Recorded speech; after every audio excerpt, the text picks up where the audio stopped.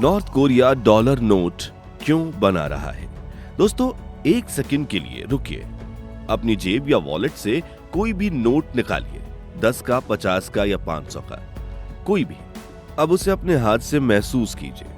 उस कागज की खुरदुराहट, उस पर उभरी हुई छपाई, उसकी खास महक, यही तो सबूत है कि यह असली है ना?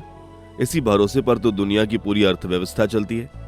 लेकिन क्या हो अगर मैं आपसे कहूं कि यह भरोसा एक बहुत बड़ा धोखा है?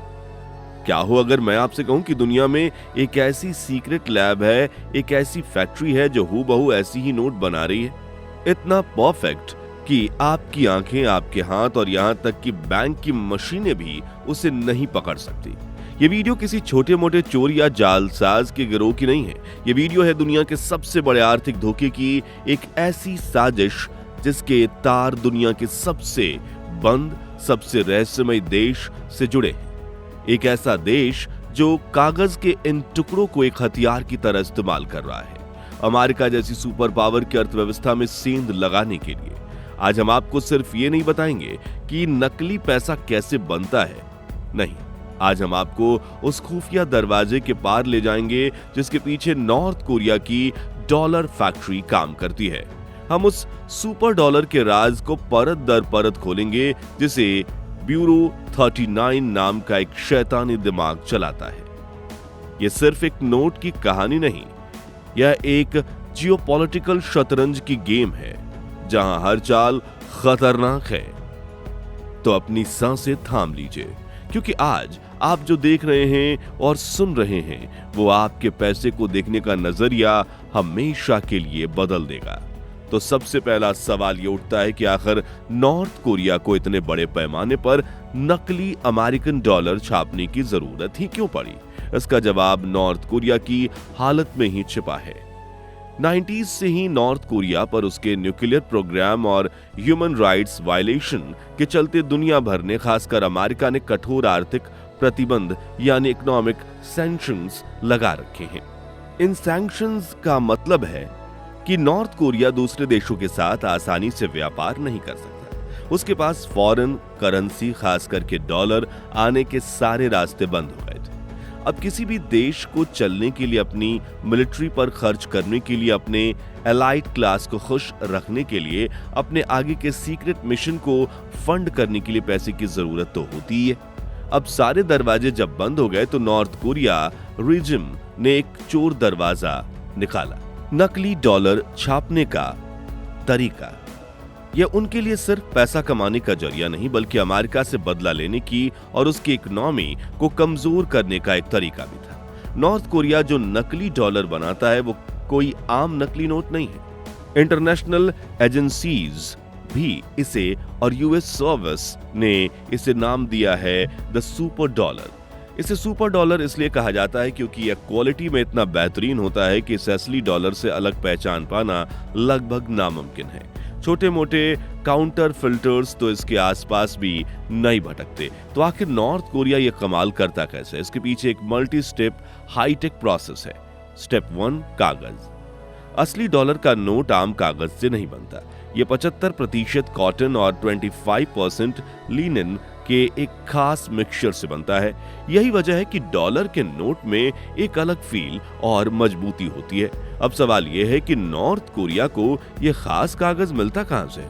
थियरीज के मुताबिक नॉर्थ कोरिया ने या तो इसे ब्लैक मार्केट के जरिए स्मगल किया है, या फिर उन्हें इतनी हाई लेवल टेक्नोलॉजी डेवलप करने में सफलता मिली है कि वो खुद ही बिल्कुल वैसा ही कागज बना सकते हैं। यह उनके ऑपरेशन का पहला और सबसे इंपॉर्टेंट स्टेप है। स्टेप 2, स्याही। अगर कागज परफेक्ट है तो उस पर इस्तेमाल होने वाले इंक यानी स्याही भी परफेक्ट होनी चाहिए। अमेरिकन डॉलर में खास तरह की ऑप्टिकली वेरिएबल इंक का इस्तेमाल होता है। आपने देखा होगा कि $100 के नोट पर जो 100 लिखा होता है, उसे अलग अलग एंगल से देखने पर उसका रंग कॉपर से ग्रीन में बदलता है। यह इंक बनाना बेहद मुश्किल है और इसका फॉर्मूला टॉप सीक्रेट है। माना जाता है कि नॉर्थ कोरिया ने या तो यह इंक भी ब्लैक मार्केट से हासिल की है, या फिर उनके साइंटिस्ट ने इसे रिवर्स इंजीनियरिंग कर लिया है, यानी उसकी पूरी बनावट को समझकर उसकी कॉपी तैयार कर ली है। Step 3, printing system. यह है सबसे क्रिटिकल हिस्सा। अमेरिका अपने नोट्स छापने के लिए एक स्पेशल टेक्निक का इस्तेमाल करता है जिसे इंटिग्लो पेंटिंग कहते हैं। इस प्रोसेस में प्लेट पर डिजाइन को खोदा जाता है, उसमें इंक भरी जाती है और फिर पेपर को बेहद हाई प्रेशर से उस प्लेट पर प्रेस किया जाता है। इससे इंक कागज के ऊपर नहीं बल्कि कागज के अंदर तक समा जाती है। यही वजह है कि असली नोट को जब आप छूते हैं तो उस पर लिखे अक्षर हल्के हल्के उभरे हुए महसूस होते हैं। इस तरह की प्रिंटिंग के लिए जो मशीनें चाहिए वो बेहद महंगी, भारी और सोफिस्टिकेटेड होती हैं। इन्हें सिर्फ सरकारें ही खरीद सकती हैं। तो नॉर्थ कोरिया के पास ये मशीनें कहां से आई? खुफिया रिपोर्ट्स मानती है कि उन्होंने स्विस या जर्मन कंपनी से ये हाई एंड प्रिंटिंग प्रेसेस या तो खरीदी हैं या फिर उन्हें चोरी छिपे हासिल किया है। इसी मशीन की वजह से उनके सुपर डॉलर में वही फील और टेक्सचर आ पाता है जो असली डॉलर में होता है। अब आप सोच रहे होंगे कि नॉर्थ कोरिया के नकली डॉलर से हमें यानी इंडिया को क्या फर्क पड़ता है? फर्क पड़ता है और बहुत गहरा फर्क पड़ता है। इंडिया खुद फेक इंडियन करेंसी नोट्स की समस्याओं से सालों से जूझ रहा है। हमारी एजेंसीज दिन रात इस पर काम कर रही है कि देश की इकोनॉमी में नकली नोटों को आने से रोका जाए। अब जरा सोचिए, अगर इतनी हाई क्वालिटी के नकली डॉलर्स इंडियन ब्लैक मार्केट में सर्कुलेट होने लगे तो क्या होगा? इन डॉलर्स का इस्तेमाल आतंकवादी संगठन फंडिंग के लिए कर सकते हैं, ड्रग्स और हथियारों की तस्करी के लिए कर सकते हैं। जब ये नकली डॉलर मार्केट में आते हैं तो यह असली करेंसी की वैल्यू को कम करते हैं और देश की आर्थिक स्थिरता के लिए एक बड़ा खतरा बन जाते हैं। कई बार इंटरनेशनल डील्स में या हवाला ट्रांजैक्शंस में भी इन्हीं सुपर डॉलर्स का इस्तेमाल होता है, जिससे उन्हें ट्रेस करना बेहद ही मुश्किल हो जाता है। इसलिए नॉर्थ कोरिया का यह ऑपरेशन सिर्फ अमेरिका के लिए सरदर्द नहीं है, बल्कि इंडिया जैसे देशों की नेशनल सिक्योरिटी के लिए भी एक गंभीर चिंता का विषय है। अब बात करते हैं कि पूरी दुनिया में ये नोट कैसे पहुंचाए जाते हैं। परफेक्ट नोट छाप लेना एक बात है, लेकिन उन्हें दुनिया भर में फैलाना दूसरी। इसके लिए नॉर्थ कोरिया एक बेहद शातिर नेटवर्क का इस्तेमाल करता है।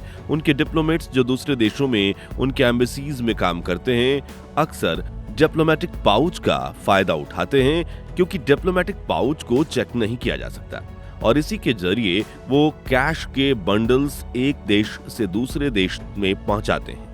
इसके अलावा वो ऑर्गेनाइज्ड क्राइम सिंडिकेट्स जैसे कि चाइनीज ट्रेड्स और जापानीज याकाउजा के साथ मिलकर काम करते हैं। ये criminal groups in super dollars को कमीशन पर लेते हैं और उन्हें कसीनो, ऐशो आराम की चीजों की खरीदारी और दूसरे काले धंधों के जरिए धीरे धीरे मार्केट में असली कैश के साथ मिक्स कर देते हैं।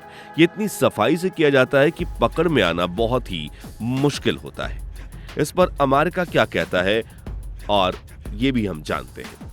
अमेरिका इस खतरे को बहुत गंभीरता से लेता है। उनकी सीक्रेट सर्विस, जिसका काम ही करेंसी को प्रोटेक्ट करना है, सालों से नॉर्थ कोरिया के इस ऑपरेशन पर नजर रखे हुए है। इसी सुपर डॉलर से लड़ने के लिए अमेरिका ने समय समय पर अपने डॉलर के डिजाइन में बड़े बदलाव किए हैं। साल 2013 में जो नया $100 का नोट जारी किया गया वो इसी का एक एग्जाम्पल है। उसमें एक नीली 3D सिक्योरिटी रिबन डाली गई जिसमें 100 लिखा हुआ दिखता है और नोट को हिलाने पर वो मूव करता है।